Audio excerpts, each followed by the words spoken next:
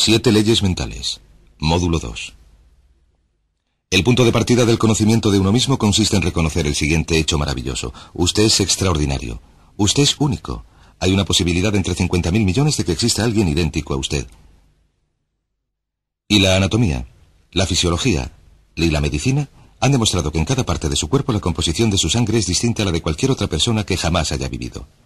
Sus huellas dactilares son diferentes, sus huellas labiales son diferentes, hasta las huellas de los dedos de sus pies son únicas. Las huellas de los dedos de sus pies son distintas a todas las demás. Usted es diferente a todos los demás, y el conocimiento de uno mismo empieza con la aceptación del hecho de que uno es un individuo único y especial, y que tiene la capacidad de hacer algo maravilloso con su propia vida. Dicho esto, también diré que usted es igual a cualquier otra persona en cuanto a determinados principios básicos. A lo largo de la historia de la humanidad, los hombres y mujeres más inteligentes que hayan existido han buscado la solución al enigma de la humanidad. ¿Qué puede hacer la gente para modificar su calidad de vida, sus relaciones y sus resultados? Los grandes filósofos, los grandes metafísicos, los grandes sabios han dedicado mucho tiempo a este asunto, a veces vidas enteras. En nuestro propio siglo, sé de hombres y mujeres que han dedicado 10, 20, 30, 40, incluso 50 años a estudiar el éxito y los logros para encontrar normas y principios generales en los que nos podamos basar para tener más éxito. Lo primero que debemos tener en cuenta, la base de todo este curso, la psicología del éxito, es esta: que usted es una criatura mental que solamente le hace único su mente. Todo lo demás, como dijo el dramaturgo Eugene O'Neill, lo tenemos en común con un caballo o un cerdo. Su mente es lo que le hace único. Su cuerpo se limita a transportar su mente. Y al igual que la electricidad funciona según las leyes de la electricidad, la física funciona según las leyes de la física, y la naturaleza funciona según las leyes de la naturaleza. Hay ciertas leyes que determinan todo lo que a usted le sucede. Estas leyes mentales son tan inexorables como la ley de la gravedad. Funcionan ininterrumpidamente, y cualquier éxito que logre en la vida se deriva de vivir su vida en armonía con las leyes mentales básicas. Y cualquier problema o dificultad que usted experimente en su vida se deriva de no vivir su vida en armonía con esas leyes básicas. Ahora bien, las leyes mentales funcionan ininterrumpidamente, al igual que la gravedad funciona ininterrumpidamente. Lo que esto significa es que si se tira desde un edificio de 10 pisos en su ciudad, o en Londres, Inglaterra, o en Lima, Perú, se va a estrellar en la acera independientemente de que usted sepa de la gravedad, crea en la gravedad, esté de acuerdo con la gravedad o de que la gravedad le convenga. Sea como sea, la gravedad va a actuar sobre usted. Las leyes mentales son exactamente iguales. En este curso les voy a presentar una veintena de leyes mentales. Algunas son más importantes que otras, pero es imprescindible que las comprenda todas. Empecemos con la primera de las leyes mentales. La primera ley mental, y por cierto, se ha escrito sobre ellas y han sido objeto de estudios siglo tras siglo, y muchas de ellas han sido versificadas por las principales universidades, institutos de investigación y grupos de especialistas a lo largo de estos últimos años, y se ha demostrado que son tan verdaderas como se había pensado. La primera ley es la que denominamos la ley del control. La ley del control es muy sencilla, es una ley elemental y volveremos a ella una y otra vez. Dice sencillamente lo siguiente, que o bien usted está satisfecho consigo mismo, tiene sentimientos positivos sobre sí, hasta el punto de que siente que controla su propia vida, o bien tiene sentimientos negativos sobre sí mismo hasta el punto de que siente que no controla su propia vida. Lo que debe hacer es examinar su vida en este momento y preguntarse cuáles son los aspectos de su vida que considera que se le dan mejor, qué partes de su vida cree que controla mejor. Descubrirá que estas son las parcelas en las que se siente más feliz. Puesto que el bien máximo para el ser humano consiste en estar en un estado de felicidad que se expresa como serenidad y relaciones afectivas, el control es algo absolutamente esencial. Los psicólogos actuales dominan a esto la diferencia entre un foco de control interno, que supone la sensación de que uno domina su propia vida, en contraposición con un foco de control externo, que viene a ser una sensación de que algo ajeno a usted, sus facturas, sus relaciones, su trabajo, su salud, le controlan a usted de algún modo. De hecho, en la investigación sobre el emplazamiento del foco de control, y existen muchas pruebas que usted puede realizar para determinar cómo está usted situado en este gráfico en cuanto al foco de control y lo que hay en su vida que usted cree controlar más o menos, las personas con un foco de control interno muy marcado, los que obtienen muchos logros, tienen más éxitos, se autodeterminan en mayor medida, son más felices. Y una de las muchas cosas que intentamos hacer en este curso es dotarle de un sentimiento de control mucho mayor sobre cada aspecto de su vida. El control se inicia en primer lugar con sus pensamientos. Es interesante saber que sus pensamientos, las cosas en las que piensa y cómo piensa, determinan sus valores. Determinan lo que está sucediendo en su interior. Una vez almacenados sus pensamientos, determina sus sensaciones. Si está contento o triste, o si tiene miedo, o está seguro de sí mismo, sus sensaciones determinan sus acciones. De modo que empezamos con la ley del control diciendo que la clave del éxito consiste en sentirse uno amo de su propio destino, sentir que uno lleva el volante de su propia vida. Usted dirige su vida por medio del control total y completo de sus pensamientos. Sus pensamientos controlarán sus sensaciones. Sus sensaciones controlarán sus acciones. Las acciones, recuerden, las acciones siempre determinarán si llega o no al éxito. La ley del control es importante. En contraposición con la ley del control tenemos lo que se denomina la ley del accidente. En realidad, la ley del accidente es un principio metafísico. Es solamente una ley como una norma de tráfico o como una ley jurídica, en la medida en que vivamos de acuerdo con ella de manera consecuente. La ley del accidente es la que sigue más o menos el 80% de la población. La ley del accidente dice sencillamente que al no planificar, usted está planificando el fallo. No planificar es planificar el fallo. La mayoría de la gente no cree vivir así. Pero si estudian sus vidas verán que es verdad. No planificar es planificar el fallo. Estas personas son las que dicen, no se trata de lo que sepas, sino de a quién conozcas. Hay que estar en el lugar oportuno, en el momento oportuno. Es la suerte de los dados, etc. Estas personas son las que, debido a su sensación de que su vida está controlada por fuerzas externas, no tienen unos planes claros, ni tienen unas metas definidas. No están trabajando de manera persistente y consecuente día a día para lograr lo que desean. Sus vidas parecen ir a la deriva, dan vueltas y vueltas como un barco sin timón. Y una persona, al igual que un barco sin timón, una persona sin un plan central, es una persona con muy poco control. Es una persona que siente, en efecto, que no controla su vida, que está cayendo a través del espacio sin un lugar donde pararse, y estas personas son invariablemente desgraciadas. El motivo para que la gente sea negativa hoy en día, para que sea desgraciada, que esté enferma y se sienta decepcionada, el motivo para que la gente logre menos de lo que son capaces de lograr en la vida, es que la mayoría vive de acuerdo con esta ley del accidente, y al actuar así no tienen sensación de control sobre sus vidas. No tienen una sensación de paz interior, de felicidad, etc. De modo que vamos a enseñarles cómo se pueden liberar de la ley del accidente para siempre. La ley siguiente es la que se denomina la ley de causa y efecto. La ley de causa y efecto dice que para cada efecto en la vida hay una causa específica. Todo lo que sucede en el universo sucede por un motivo. Nada se produce por accidente. El fracaso no se produce por accidente. El éxito no se produce por accidente. La felicidad o la ausencia de ella son el resultado de causas y efectos en nuestras relaciones.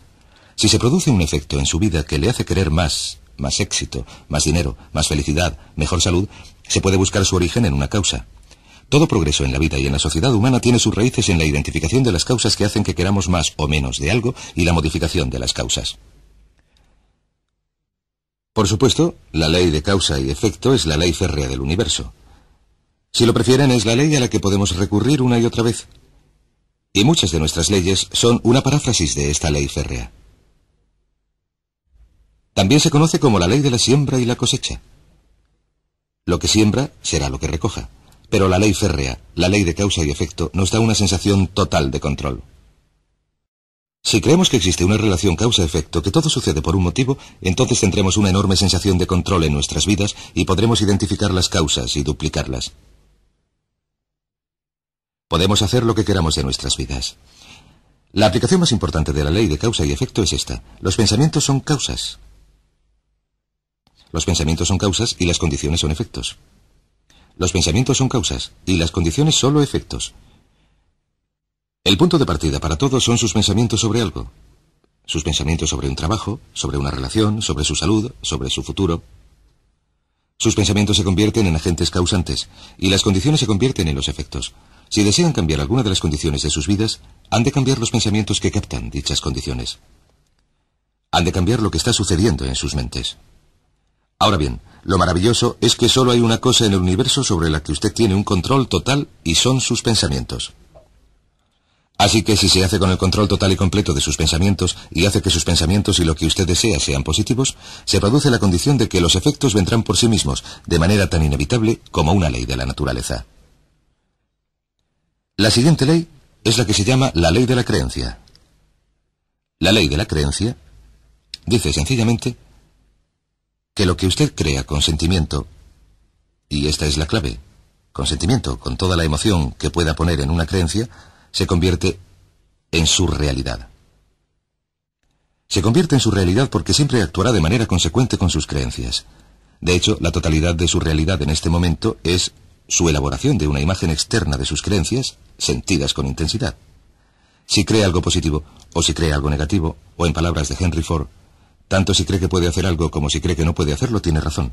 Muchas creencias forman nuestras realidades. En la medida en que creamos que algo es verdad, nuestras creencias actuarán como una especie de cedazo, filtrarán cualquier información que no sea consecuente con nuestras creencias. Tenemos un deseo profundo en nuestro interior de ser consecuentes, de modo que siempre estamos intentando visualizar nuestro mundo, racionalizarlo, interpretar nuestro mundo de manera que sea consecuente con lo que hemos decidido creer. Desarrollamos puntos ciegos. No vemos las oportunidades. Estamos convencidos de que no hay oportunidades.